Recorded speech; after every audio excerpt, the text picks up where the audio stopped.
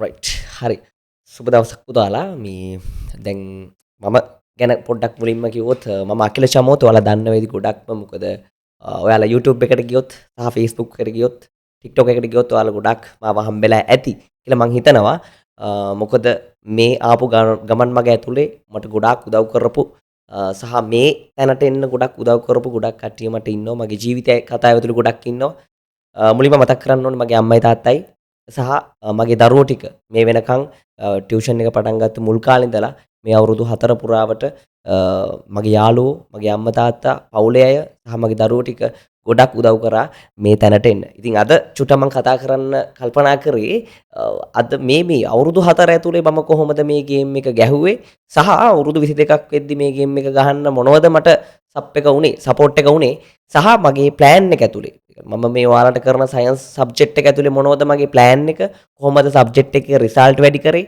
කොහොමද ඔයාලා මොනවා හරි මානසිකව වැටිලා ඉන්නවා නම් ඒකෙන් ගොඩ එන්නේ ඔය කියන ප්‍රශ්න ටික මම අද කතා කරන්න පොඩ්ඩක් මේක පොඩි ඔපචුනිටි එකක් කරගන්නවා.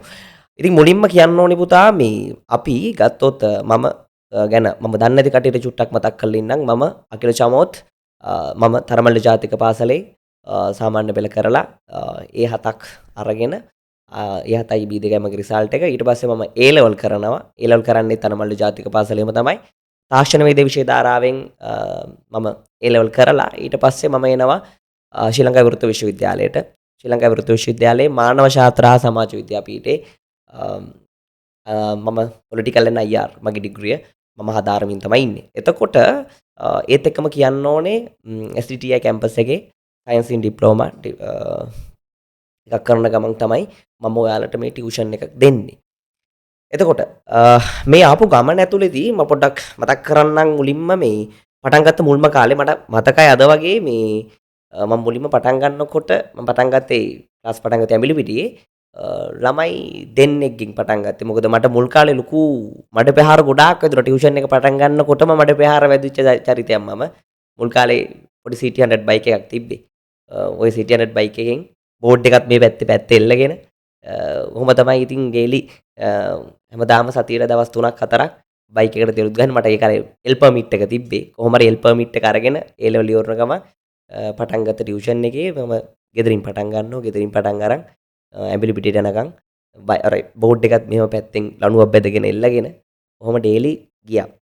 ගිහලා පටන් ගත්තා. පළවෙනි පන්තිය පටන් ගනිද්දී හෑන්ඩ් බිල් බෙදලා ඊට පස්සේ ඔය මුළු ඒරියා එකේම හෑන්ඩ් බිල් ටික බෙදලා ඉස්කෝලේ දෙක තුනකට හෑන්ඩ් බිල් බෙදලා වැඩේ පටන් ගත්තා. තාත්තගෙන් ණයක් ඉල්ලගෙන රුපියල් 2000ක් ඉල්ලගෙන තමයි මේ හෑන්ඩ් බිල් ටික පටන් ගත්තේ. හෑන්ඩ් බිල් ටික බෙදලා පටන් ගත්තේ. ඒ පටන් ගන්නකොට මේ මුලින්ම මට මතකයි අද වගේ මේ හෑන්ඩ් බිල මම ළමයට දුන්නා. දුන්නට පස්සේ ඊයා කියලා විසික් කරලා දාලා ගියා මේවා මේ හෑන්ඩ් බිල් මොකටද කියලා දැන් මට හරි අවුල්. දැන් බෙදලා ඉවරලා 1:45 විතර වෙලා ළමයි ඔක්කොම ගිහිල්ලා කියලා බලද්දි ඉතින් හෑන්ඩ් බිල් ඔක්කොම අර ඒ 2000 වටිනාකම හොඳට තේරුණා මේ මොහොතේ. මොකද හේතුව මේ ඒක හරි ඉමෝෂනල් කේස් එකක්. මොකද අර මහන්සි වෙලා ඒ 2000 අරගෙන ඒක ගහලා ඒ 2000 හෑන්ඩ් බිල් ටික ගහලා අර විතර බිම වැටි පෑගි තියනකොට ඒක පොඩ්ඩක් අවුල්. අදටත් මගේ ටියුෂන් එක ඇතුළේ මම මගේ දරුවන්ට කියන්නේ කාගේ හෝ ගුරුවරයෙක්ගේ හෑන්ඩ් බිලක් ඔයාලට හම්බුනොත් විසික් කරන්න එපා, පාගන්න එපා. ඔයාලට දවසක් හරි උගන්නලා නැති වෙන්න පුළුවන්, උගන්නලා තියෙන්න පුළුවන්. හැබැයි කිසිම ගුරුවරයෙක්ගේ හෑන්ඩ් බිලක් එහෙම පාගන්න කරන්න යන්න එපා. මොකද ඒක ගොඩක් අවුලක්. මොකද අපේ මෙතන පපුව අවංක වෙන්න ඕනේ පුතා. හදවතට එකක අපි වැඩ කරන්න ඕනේ. ඔයාට ස්වභාව ධර්මයෙන් උනත් උදව් කරන්නේ ඔයා එහෙම මිනිස්සෙක්ට විතරමයි. ඒකෙම විතරමයි ඔයාට උදව් කරන්නේ. එතකොට මම ඔහම ටියුෂන් එක පටන් ගත්තා. පළවෙනි දවසේ ළමයි නෑ. හෑන්ඩ් බිල් බෙදලා මං හිතාගෙන යනවා දැන් ටියුට් 10ක් විතර ගහගෙන යනවා පන්තියට. ගියා. කිසි ළමෙක් නෑ. අවුලක් නෑ කියලා හිතා දාගත්තා. දැන් මටම දැන් ඇඬෙනවා. දැන් පන්තියේ මම්මතු ගාලා ඔක්කොම කරලා හිටියා. ළමයි නෑ. කමක් නෑ කියලා හිටියා. අතෑරියේ නෑ. ගේම අතෑරියේ නෑ. ගේමෙම හිටියා. දෙවෙනි දවසේ පටන් ගත්තා. දෙවෙනි දවසෙත් ගියා. ඒත් ළමයි නෑ. තුන්වෙනි දවසේදී මට එක කෝල් එකක් එනවා කොහොමද සර් පන්ති තියනවද කියලා. එතකොට මම කවු පන්ති තියනවා මට හරි සතුටුයි. දැන් පළවෙනි කෝල් එක ආවා. මම දැන් හිතාගෙන ඉන්නවා මං වෙන එන්න පළවෙනි මාසෙම නොමිලේ මම ඔයා මංගාවට මුලින්ම එනගෙන ඔයා නිසා මං ඔයාට දෙන්නම් මුළු අවුරුද්දෙම ෆ්‍රී කියලා මං කියනවා. දැන් මට ඒ තරමට හැපි. ආවා ඒ ළමයා. ආවා පන්තියට ආව පළවෙනිම ළමයා මගේ පළවෙනිම ගෝලයා මේ වීඩියෝ එකත් බලයි බොහෝ දුරට. දැන් සබරගමු කැම්පස් එකේ IT ඩිග්‍රියක් කරන්නේ ගෝලයා මගේ පළවෙනිම ගෝලයා හරි සතුටුයි සන්තුෂ් මතක් කරන්න ඕනේ මට වඩා අවුරුද්දයි බාල මේ එතකොට අයියා අපි මුල් කාලේ ඉතින් සර් සීන් එකේ නෙවෙයි අයියා සීන් එකේ තමයි ඉන්නේ. එතකොට කොල්ලා මුල් කාලේ පොඩ්ඩක් අදක්ෂයා මුල් කාලේ වැඩ කරේම නෑ කොල්ලගේ තාත්තා නැති වෙනවා කොල්ල එක්සෑම් එකට මාස 3ක් විතර දෙද්දි කොල්ලගේ තාත්තා නැති වෙනවා. කොල්ල වැඩ කරේම නෑ මුල් මාස 3ේම අවසාන මාස 4-5 වෙනකම්ම වැඩ කරේ නෑ. තාත්තා නැති වුණාට පස්සේ සම්පූර්ණ ගෙදර බර එන්නේ මේ කොල්ලට. ගෙදර සම්පූර්ණ බර ටික එන්නේ මේ කොල්ලට. පොර මොකද්ද කරන්නේ? තාත්තගේ මේ මරණ දැන් ෆොටෝ එක ඉස්සරහා ගහලා මල් මාලේ දාලා තියෙනවා. මම එක දවසක් ගියා ගෙදරට. මං ගිහලා කිව්වා සන්තෝෂ් මෙහෙමයි දැන් ගේම් එක තියෙනවා ගතේ. ඔයයි නංගී අම්මයි විතරයි දැන් ඉන්නේ. ඉතින් දැන් මේක ඔයා මේ ගේම් එක ගහන්න ඕනේ කියලා මං කිව්වා. මොකද දරුවට මං කිව්වා මෙන්න මේ ප්ලෑන් එකට අපි වැඩ කරමු කියලා. මගේ පළවෙනි ගෝලයා මගේ වැඩපිළිවෙල මං එහෙම්මම කෙරෙව්වා පළවෙනි ගෝලයා. එතකොට මෙහෙමයි මම කිව්වා පුතා මම වැඩ කරේ මෙහෙමයි කියලා. මෙහෙමයි ප්ලෑන් එක.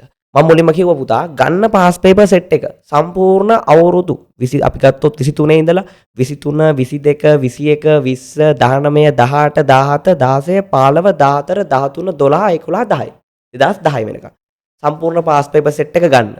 සම්පූර්ණ මොඩල් පේපර් සෙට් එකක් ගන්න. සම්පූර්ණ කලාප පේපර් සෙට් එකක් ගන්න. සම්පූර්ණ පළාත් පේපර් සෙට් එකක් ගන්න. මම කිව්වා ඩවුන්ලෝඩ් කරගනින් ඔබට print out ගහ ගන්න සල්ලි නැත්තම් ඩවුන්ලෝඩ් කරන් ෆෝන් එකේ තියාගන්න. ෆෝන් එක එකට පාවිච්චි කරපන්. ගත්ත කොල්ලා. අරගෙන මම කිව්වා දැන් පුතා ඔයා කරන්න ඕනේ මෙච්චරයි. MCQ ප්‍රශ්න 40ක් තියෙනෝනේ. MCQ ප්‍රශ්න 40 වෙනම ගත්තා. තියරි දැනුමක් මේ වැඩේ කරන්න ඔයාට තියරි පාඩම් වල දැනුමක් අවශ්‍ය නැහැ. තියරි පාඩම් ඕනිම නැහැ. ඔයාට කරන්න තියෙන්නේ මෙච්චරයි. ගත්ත එක ප්‍රශ්නයක්. ඔය ප්‍රශ්නෙට තියෙනවා පුතා උත්තර 4ක්. හිතන්න අපි කියනවා මෙන්න මෙහෙම. අපි උපරි ප්‍රශ්නයක් ගමුකෝ. මම කියනවා පහත සඳහන් මූලද්‍රව්‍ය වලින් ලෝහයක් වනුයේ කියලා යටින් දෙනවා උත්තර 4ක්. හරිද? ඔයා කරන්න ඕනේ පුතා මේ වගේ වැඩකදී ඔයා කෙලින්ම ගන්න CR පිටක්. නැත් ගෙදර තියෙනෝනේ කැලෙන්ඩර් කොලයක්. ගන්න කැලෙන්ඩර් කොලයක්. කැලෙන්ඩර් කොලේ අරගෙන කැලෙන්ඩර් කොලේ පුතා ඔයා කරන්න ඕනේ මුලින්ම ඔය පාඩම නිකන් රෆ්ලි කියව ගන්න. නිකන් ඔයා මේ වගේ පොත ගත්තොත් ඔයා නිකන් පාඩම නිකන් උඩින් පල්ලෙන් මෙහෙම කියවගෙන යන්න. පාඩම් කරන්න නෙවෙයි මං කියන්නේ. රෆ්ලි මේක නිකන් කියවගෙන යන්න. මේක නිකන් කියවගෙන ගිහිල්ලා ඔයා කරන්න ඕනේ අර ලෝහ කියන කෑල්ලට වෙනකම්ම මේක සම්පූර්ණයෙන්ම කියවගෙන එන්න. ලෝහ කියන කෑල්ලට එනකම්ම මේක කියවගෙන එන්න. මේක කියවගෙන ආවට පස්සේ ඔයා කරන්න ඕනේ පුතා අර විදියට ගත්ත කොලේ අරගෙන ඉස්සල්ලා විස්තර කරන්න මූලද්‍රව්‍යයක් කියන්නේ මොකක්ද? මූලද්‍රව්‍යයක් කියන්නේ මෙන්න මේකයි කියලා විස්තර කරන්න. ඊට පස්සේ පදාර්ථයක් කියන්නේ මොකක්ද කියලා විස්තර කරන්න. ආවර්තිතාවගු සම්පූර්ණයෙන්ම ලියන්න. ඊට පස්සේ ලෝහ කියන්නේ මේකයි කියලා ලෝහ කියන්නේ මොකක්ද කියලා විස්තර කරන්න. ඒක විතරක් නෙමෙයි අලෝහ කියන්නේ මොකක්ද කියලා අලෝහ කියන එකත් විස්තර කරන්න. ඊට පස්සේ ඒක විතරක් නෙමෙයි ලෝහ කියන්නේ මොකක්ද කියලා බලලා ඒකත් විස්තර කරන්න. හරිද? පුතා ඔයා ඔය විදියට එක ප්‍රශ්නයකට විවරණයක් ලියනකොට ඔයාට ලෝහ කොටස විතරක් නෙමෙයි අර මුළු ඒරියා එකම කවර් වෙලා ලෝහ අලෝහ මේ පදාර්ථ පාඩමම කවර් වෙලා තියෙනවා. හරිද? සහ අනිත් කාරණේ තමයි සාමාන්‍යයෙන් පුතා ඔය 23 අහන ප්‍රශ්නය ඒ විදියටම අහනවා 22 පේපරෙත්. ඒ විදියටම අහනවා 21 පේපරෙත්. ඒ විදියට අහනවා 20 පේපරෙත්. හරිද? එතකොට පුතා ඔයා එකම ප්‍රශ්නේ ආයි ලියලා. එකම ප්‍රශ්නේ ආයි ලියලා. එතකොට හිතන්න ඔයා එක ප්‍රශ්නේ කීපාරක් ලියලාද කියලා. එක ප්‍රශ්නේ කීපාරක් ලියලාද කියලා හිතන්නකෝ. සහ ඊළඟට වෙන්නේ පුතා. ඕකත් එක්කම මම ඔයාට දෙනවා ඩිස්කෂන් වීඩියෝ එකක්. මේ පේපර් ඩිස්කෂන් වීඩියෝ එක පුතා අනිවාර්යයෙන්ම පැය 10කට වැඩි පේපර් ඩිස්කෂන් වීඩියෝ එකක්. කොල්ලා පාඩම කියවලා විවරණ ටික වෙනම කොලයක ලියලා කොල්ලා මගේ ඩිස්කෂන් එකත් බලනවා. දැන් එයාට කීපාරක් එකම දේ මතක් වෙලාද? 3 පාරක් මතක් වෙලා. මම කරන්නේ මොකද්ද පුතා? මේකම ආයි කොල්ලට කියන ඔබ විභාගයට යන්න කලින් පුතා මේ ටික කියවලා විභාගයට ඵලයන් කියලා කිව්වා. කොල්ලා 4 වෙනි පාරත් මේක කරා. එතකොට කොල්ලට කී පාරක් කවර් වෙලාද? 4 පාරක් වැඩේ කවර් වෙලා තියෙනවා. 4 පාරක් එකම තියරිය අහුවෙලා තියෙනවා. පුතා ඒ විතරක්ද? ඒ ප්‍රශ්නේ කොල්ලට අහුවෙනවා ඊළඟ පේපරෙත් 22 පේපරේ ලියන කොටත්. මං ඌට කියනවා 22 පේපරෙත් ඔබ අර විදියටම කරන්න ඕනේ. අර කලින් ගියපු රවුන්ඩ් එක එහෙම්මම යන්න ඕනේ. ඒ කියන්නේ ඌට දැන් කී පාරක් කවරද? ඌට දැන් එකම තියරිය 8 පාරක් කවර් වෙලා. 8 පාරක් කවර් වෙලා. ඒ ප්‍රශ්නේ කරුමෙටම මෙන්න තව පාරක් එනවා. කොල්ලාට මං කියනවා ආය කතා නෑ ආයි ඒකම ලිය මං කියනවා. කොල්ලා තව පාරක් ලියනවා. පුතා ඒ කියන්නේ කී පාරක් නේද? මේක 12 පාරක් එකම තියරේ කවර් කරන් ගිහිල්ලා. එතකොට පුතා අපේ ඩිස්කෂන් ප්ලෑන් එක ඇතුලේ අපේ පේපර් ඩිස්කෂන් ප්ලෑන් එක ඇතුලේ ඔන්න ඔය රහස තමයි වෙන්නේ.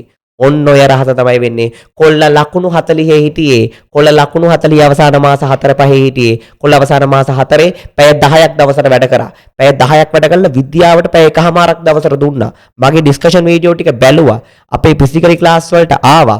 ඔය විදිහට විවරණ ප්ලෑන් එක කරගත්තා. පේපර් 100ක් කරගත්තා. කොල්ල විද්‍යාවට ඒකක්. අද සබරගමු කැම්පස් එකේ. කොල්ල විද්‍යාවට ඒකක්. මේ ප්ලෑන් එක ගැහුවේ පුතා. මේ ප්ලෑන් එක ගැහුවේ මෙන්න මේ විදිහට වැඩ කළා. මොකුත් නෑ මේ මම වැඩ කරපු ප්ලෑන් එක මම වැඩ කරපු ප්ලෑන් එකෙන් තමයි කොල්ල මෙන්න මේ ගේම් එක ගැහුවේ. ඊළඟට දැන් ඔය තමයි මම ගහපු ප්ලෑන් එක. ඔය ප්ලෑන් එකට කොල්ල වැඩ කරපු නිසා කොල්ල ගොඩ ගියා. හරිද? දෙවෙනි කාරණේ තමයි මගේ ක්ලාස් එකක් ඇතුලේ වෙන්නේ ඕක. මොකද මම පර්සනලි වැඩ කරේ කොහොම මම අවසාන මාස තුනේ මම ටෙක්නොලොජි කරේ. ඒතර SFT ET ICT මගේ සබ්ජෙක්ට් තුන උනේ. මම පුතා දඩ පිස්සු කැලි චරිතයක්.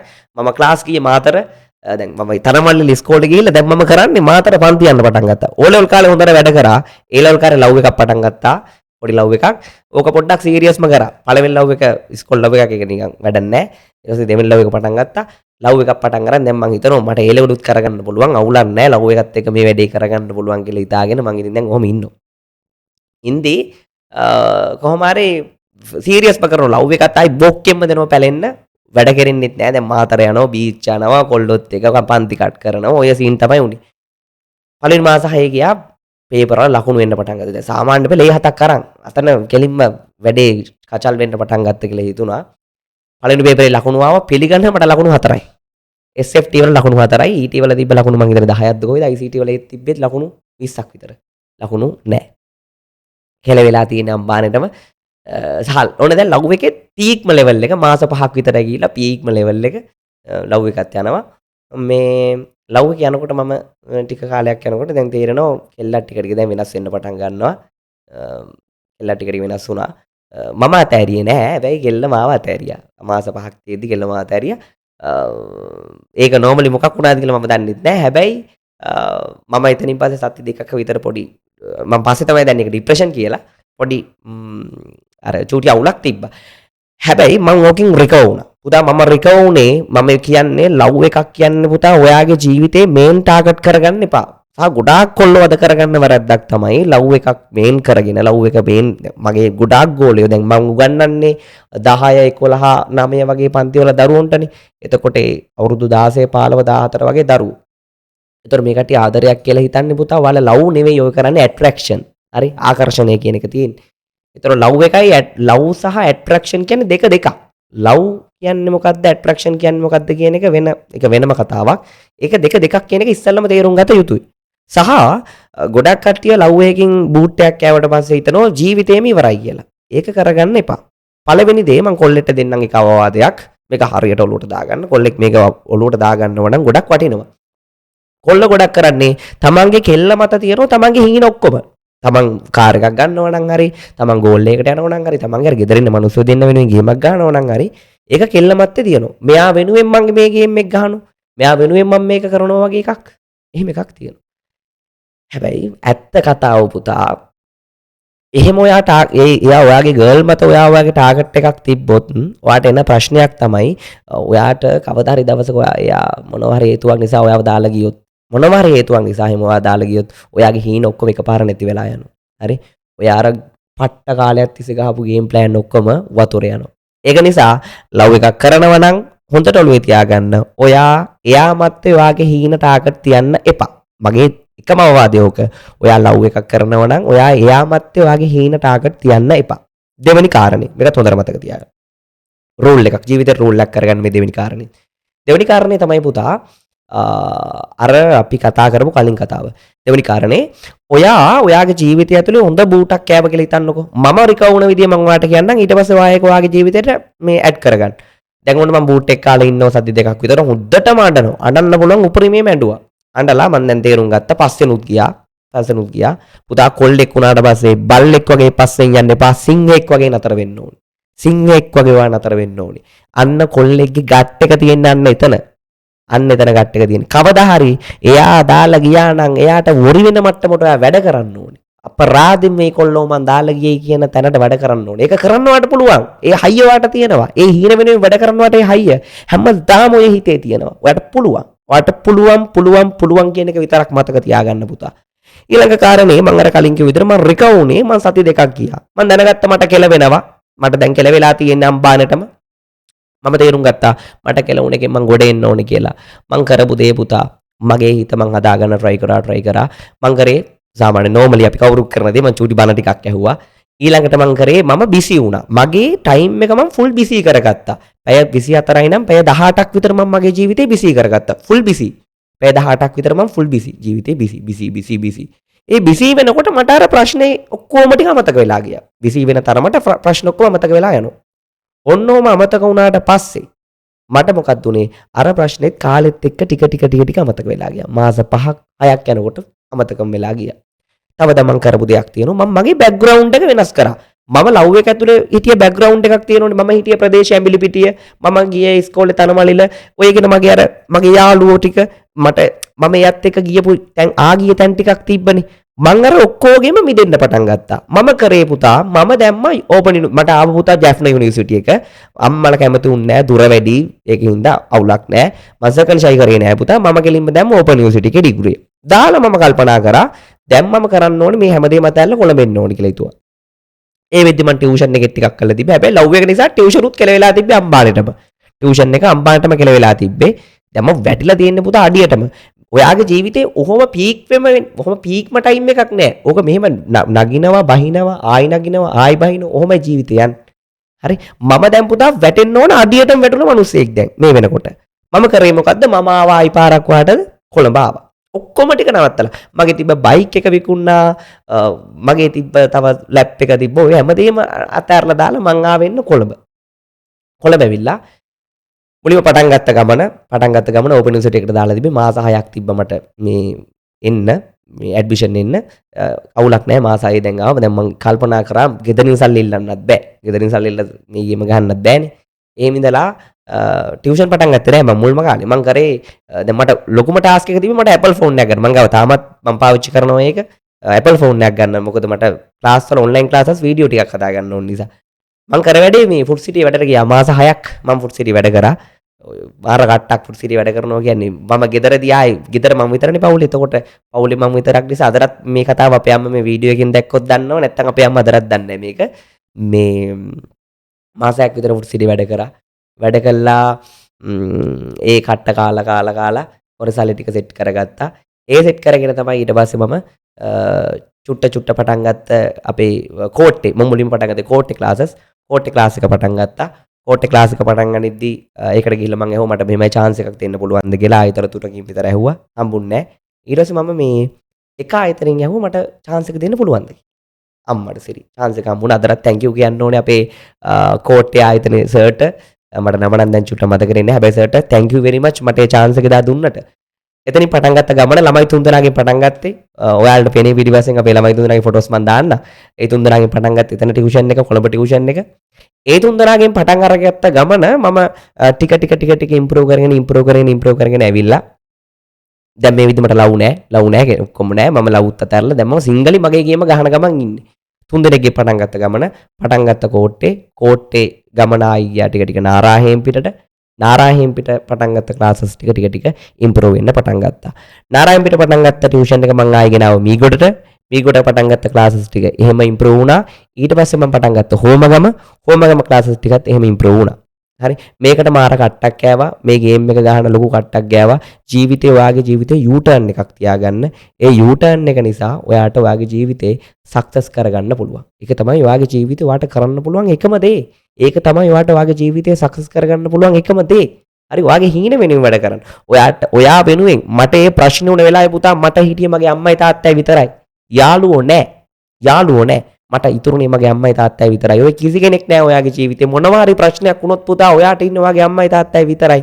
ඒ දෙන්නත් නැති වුණොත් පුතා ඔයාට ඔයා විතරයි. ඒක නිසා ඔය හැමදේම ඔයාගේ ගර්ල් වේවා, ඔයාගේ ලව් එක වේවා, ඔයාගේ යාළුවෝ වේවා මේ හැමදේම ඩිපෙන්ඩ් වෙන්නේමයි පුතා. ඔය හැමදේම ඩිපෙන්ඩ් වෙන්නේ සල්ලි මත. සල්ලි කියන්නේ ඔයාගේ ජීවිතේ කරගන්න. හරි?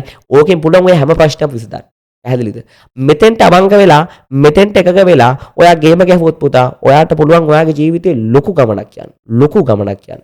ඒක නිසා කල්පනා කරන්න ඕන එකම දෙයක් තියෙනවා. ඒ තමයි කොහොමද ඔයා මේ ගේම් එක ගහන්නේ? කොහොමද ඔයා මේ ජීවිතේ කොහොමද ඔයා මේ ගේම් එක ගහන්නේ කියන එක. එතකොට ඒක ප්‍රධාන කාරණයක් වෙනවා මේ කතාව ඇතුළේදී. සහ අනිත් දේ මතක් කරන්න ඕනේ මම ඔය ටියුෂන් එක කොහොම කරගෙන ආවා. එහෙම කරගෙන එද්දි මට chance එකක් හම්බ වෙනවා මුතුවිලිගම අපේ ගමේ ඉස්කෝලේ මට උගන්වන්න ස්වේච්ඡා උගන්වන්න. මේ උගන්වන එකෙන් මට ලොකු crowd එකක් හැදෙනවා. පළවෙනි crowd එක ළමයි එතන හිටිය ළමයි 18 දෙනෙක්. 18 දෙනාගෙන් පුතා ළමයි 15 දිනෙට 15ක් ආවා. මේ අර කට්ට ප්‍රතිඵල ඉතුරු ටිකට BC ආවා. කිසි කෙනෙක් ෆේල් වුණේ නැහැ. 100ට 100 ප්‍රතිඵලේ. මේ ගේම් එක ගැහුවේ අන්න අර කියන ප්ලෑන් එක ඇතුලේ වැඩ කරලා. ඒක නිසා අපේ ක්ලාසස් වලට ජොයින් වෙන්න පුළුවන්. අපේ ක්ලාසස් තියෙනවා මේ වෙද්දි පුතා ඔන්ලයින් පටන් ගෙන තියෙනවා. ඔන්ලයින් ක්ලාසස් එකට ජොයින් වෙන්න පුළුවන්. ඔන්ලයින් ක්ලාස් එක තියෙන්නේ පුතා හැමදාම theory day 1, theory day 2, theory day 3 paper class. Classes 4ක් යනවා. මේ ක්ලාසස් 4මටම ඔයාලට ජොයින් වෙන්න පුළුවන්. මේ මාසේ පුරාවට මේ ක්ලාසස් 4ම ඔයාලට දෙන්නේ සම්පූර්ණයෙන්ම totally free. totally free. ඒ වගේම seminar series එකක් යනවා. මේ seminar series එකත් සම්පූර්ණයෙන්ම නොමිලේ. ඔයාලට මතක් කරන්න ඕනේ අපි මීගොඩ ආයතනේ, පාදුක්ක ආයතනේ අපි කරා. අපි මීගොඩ සහ පාදුක්ක කියන ආයතන වල ගොඩක් කරපු දෙයක් තිබ්බ පුතා. ඒ තමයි අපි කරා හදවත කපන සෙමින එකක්. කාට්ටිය ගොඩක් ආස සෙමින එකක් වුණා මේ හදවත කපන සෙමින එක. එතකොට මේ සෙමින එක අපි දැන් අරන් ඇවිල්ලා තියෙනවා මාළඹේට.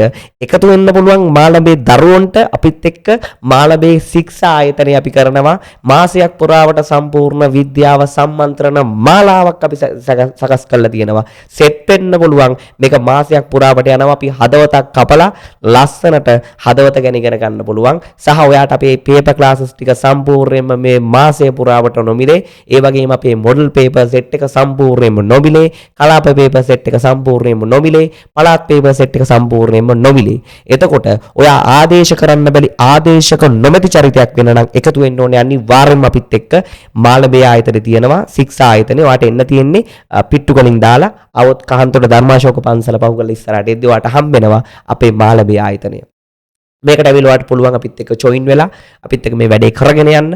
එතකොට මේ ආයතන ඇතුළේදී අපේ ප්‍රධාන ගුරුවරු සෙට් එකක් ඉන්නවා ශික්ෂා අධ්‍යාපන ආයතනේ මතක් කරන්න ඕනේ මේත් එක්කම අපේ ගණිතය කරන්නේ අපේ ලහිරු සර්, ඒ වගේම විද්‍යාව මම අකිල චමෝත්, ඒ වගේම ඉංග්‍රීසි කසුන් සර් ඉන්නවා, ඒ වගේම ICT චතුර සර් ඉන්නවා, ඒ වගේම තවත් මතක් කරන්න ඕනේ ගණිතය 6 7 8 චතුර සර්, ඒ වගේම අපේ දමිත් සර් ඉන්නවා ශිෂ්‍යත්ව පන්ති වලින්, ඒ වගේම හිරුනිමිස් ශිෂ්‍යත්ව පන්ති වලින් එකතු වෙන්න පුළුවන් මාසයක් පුරාවට සම්පූර්ණයෙන්ම පවත්වන මේ සම්මන්ත්‍රණ මාලාවට.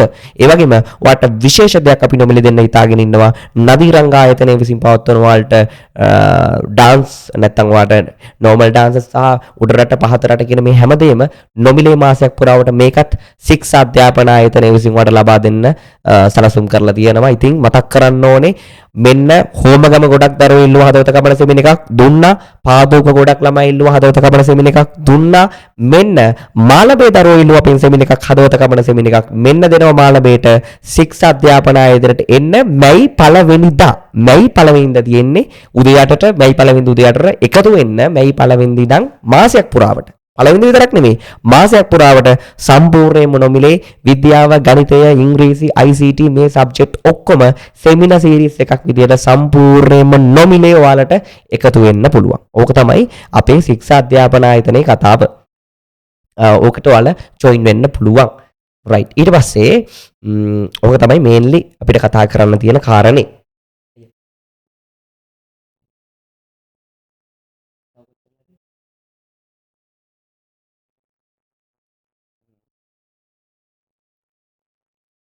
හරි වෙලාවද? මම එන් කරන්න. ඔව් මට අරන් දෙන්නකෝ.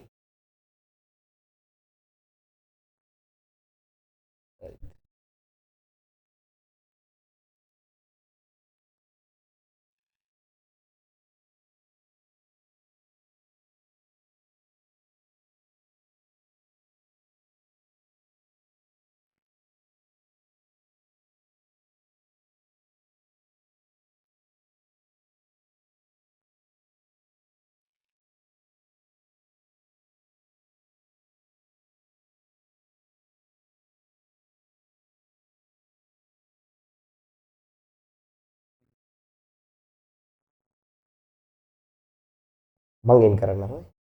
මේ පුළුවන් නම් පවර් බැංක් එක චූට්ටක් මේකට ගහගෙන වීඩියෝ එක ගන්නවද?